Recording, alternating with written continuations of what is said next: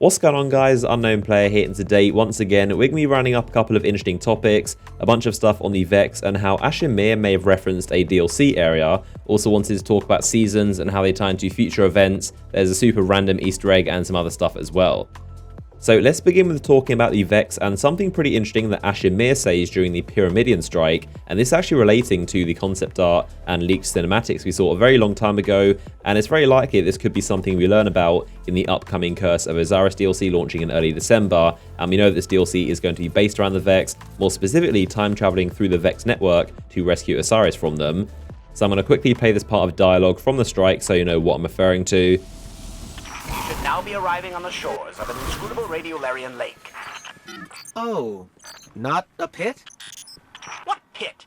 There is no pit in the Pyramidion. I mean, yes. Silly me. Here's the lake now. My projections show that you've reached the synthneural terminus at the center of the lake. Maybe the lake is a metaphor. Summon the Genesis mind. Destroy it. Make it suffer. And it is not a metaphor! So it was basically a little back and forth where Ashimir was saying you should be arriving on the shores of a lake, and the ghost was like, no, don't you mean a pit? There's no lake here. And Asher is going off on one saying, what pit? This should be a lake. And the ghost is kind of humoring Asher, saying, yeah, whatever, he's probably being metaphorical, just typical Asher being crazy. And then Asher is insisting it isn't a metaphor and it is a real lake.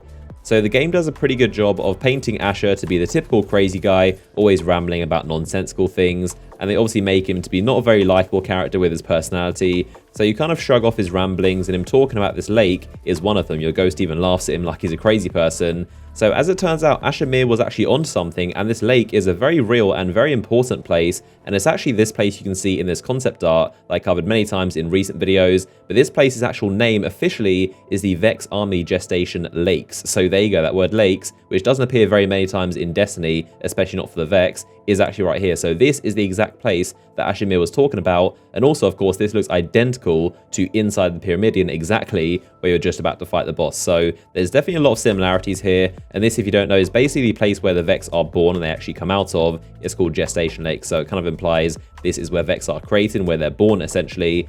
Also, we have seen the VEX cinematic, which came out a long time ago, and this wasn't supposed to be released, but you can see screenshots, and this is kind of like an animated version of the VEX being created. You can see their robot bodies, and the VEX kind of milk goes through them, creates the VEX, and they kind of stomp out, being this army being created. So this matches up to this concept art, which also matches up to this Pyramidion, which Ashimir is talking about. So there's a massive chain going through all three of these things, and this is definitely going to be something bigger in the future.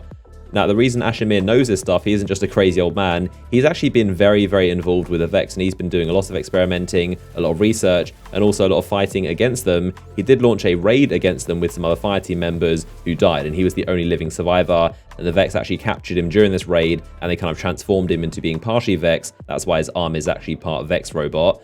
So when Asher is kind of going off on one talking about this lake, that's not just because he's making up, he's actually been there and he has seen this lake for himself, and that's why he's extra confused, because all we can see is a pit, and that's why the ghost is kind of thinking he's crazy.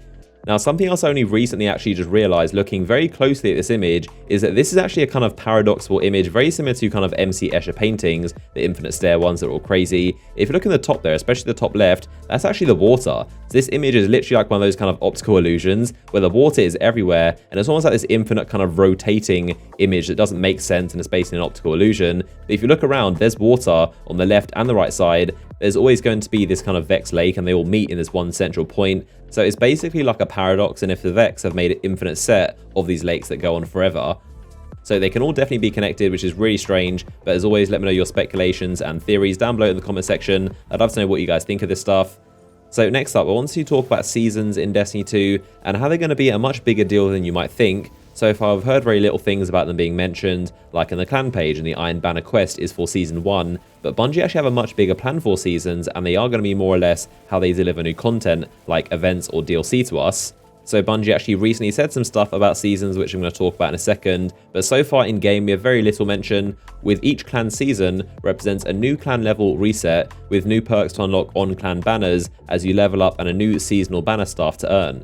So you got gain initial glimmer when looting engrams, you've got more public event rewards, more stuff from Cabal, you get more tokens from Nightfall's raids and trials, and the final one is getting an engram when completing playlist activities with a clan, so you got a small chance at that. So when Season 2 arrives, all these perks are actually going to get reset and refreshed with new ones, so it's going to be different perks, and of course your clan level is going to reset back to 0. So in a blog post, Bungie talked about how they're going to be talking about seasons in a live stream actually at TwitchCon, which is an event happening very soon. So on Friday, October 20th at 4 PM Pacific, they're going to be answering what do seasons mean in Destiny 2, what will change from season to season, how many seasons will we expect, and when does Season 2 begin, because of course right now we're in number 1. And then also on the TwitchCon blog post, they said, join Deej from Bungie for a discussion with the designers from the live team who are focused on sustaining this new adventure. So of course by now we know the live team, they're involved with creating events for Destiny in between expansions. So more or less this live stream that's going to be just before the PC release is going to be a massive roadmap of what to expect from Destiny 2. This is Season 1, Season 2, Season 3. These are the events we've got planned. They're obviously not going to go into massive detail on these, all the DLCs and stuff like that, but they're going to definitely detail a lot of stuff about content, and obviously by then we'll be a lot closer to Curse of Osiris DLC, so I wouldn't be surprised to see a trailer or some announcements about that as well. And something else I thought of is that you can pretty much plot out when these DLCs and new content is going to launch, because they're going to begin and end the seasons based on that stuff, of course.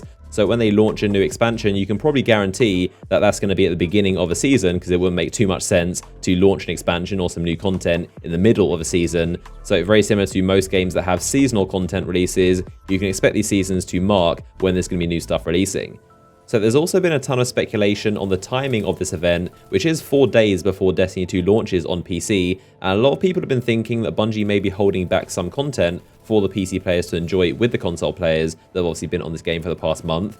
Examples are like the Sleeper Simulant, the Black Spindle quest. A lot of people think that Bungie is waiting for the PC players to have a chance to experience those as well, which would make sense. I mean, a lot of discoveries have already been made, so the PC players won't have much, if anything, to figure out. I mean, the Raid, Trials, Iron Banner, Faction Rally, everything has already come and gone by the time PC launches, so there's not really much new stuff for them. So I'm not really too sure, to be honest. I could see it happening just as much as I could see it not. It would be very cool if it was true, but like I said, that's just a lot of the community speculation based on the fact the stream revealing the roadmap is a couple days before the PC launch. So let me know what you guys think of the theory of Bungie saving some content so that PC players can experience some new stuff alongside the console for once, and it would be amazing if it did happen. So something else super random that you guys let me know about in yesterday's video is that I talked about the classified items in the database, basically secret items that aren't being revealed just yet, and their descriptions are classified, keep it secret, keep it safe, and that apparently is the Lord of the Rings reference, which went way over my head. I haven't seen that since it came out, but all of you guys let me know that is actually a reference to Lord of the Rings. Now, the reason this is funny is because actually back in Destiny 1, all of their classified items had the description of classified, all will be revealed in time, young Padawan, which is obviously a Star Wars reference. So I thought it was pretty funny and random how in Destiny 1, all of the classified items had a Star Wars reference, and now in Destiny 2, all of this stuff is referencing Lord of the Rings. So I'm wondering in the next game, in Destiny 3, what movie series are they going to be referencing next time? So something super strange that's actually recently emerged is about the faction weapons, and of course the future ones that are going to be released in future faction rally events. Now, a super random fact is that Dead Orbit actually have the most weapons, which might upset some people. I mean, I don't think it's a big deal because a lot of them are pretty trash, to be honest, but Dead Orbit does have one more weapon than the others. So Dead Orbit has 10 weapons, New Monarchy has 9, and Future Warcult also has 9 in total. All the armor and everything else is of course the same, especially seeing as they won, and there's kind of this mentality of how do we stop Dead Orbit from winning, and everyone kind of likes them for no apparent reason. So the fact they have one more loot reward than everyone else is, again, really, really strange. Now, in terms of the weapons themselves, like I said, it's not really a big deal because most of them are pretty bad. I mean, one of them is a grenade launcher and the worst sidearm in the game, also the worst scout rifle in the game, so not much of their stuff is very good. Now, in terms of 3 weapons I think are going to be very good that are definitely worth looking out for is for Dead Orbit, the auto rifle. So this one's the same as the Scathe Lock, but a bit faster firing, and the main perk of this actually allows you to have increased movement speed and target acquisition when moving while aiming down sight. So you aim down sight, you move faster, and basically your bullet's going to hit more often, which is really helpful. And also on top of that, has high caliber rounds, which we all know is pretty much the best perk on all of auto rifles. That is the god perk right now, and especially seeing as it's the fastest rate of fire, high caliber is going to be very decent on this thing. Now, a weapon from New Monarchy is the Maxim 11, which is shaping up to be one of the best snipers in the game. Compared it to all the other legendaries and even some blues that are the current best snipers in Crucible, and for most of them it pretty much has more range, stability, reload speed and handling than all of them. So it does seem to be a very strong statistical sniper. It's in the adaptive frame, which is the best archetype. It's got a low zoom scope, flared magwell or alloy magazine for faster reloads, and also snapshot for faster aim down sight. So on paper, this will definitely be one of the best snipers in the game for Crucible. Whether it's that in game is going to be another question, because it might feel different, but definitely look out for this new Monarchy sniper rifle.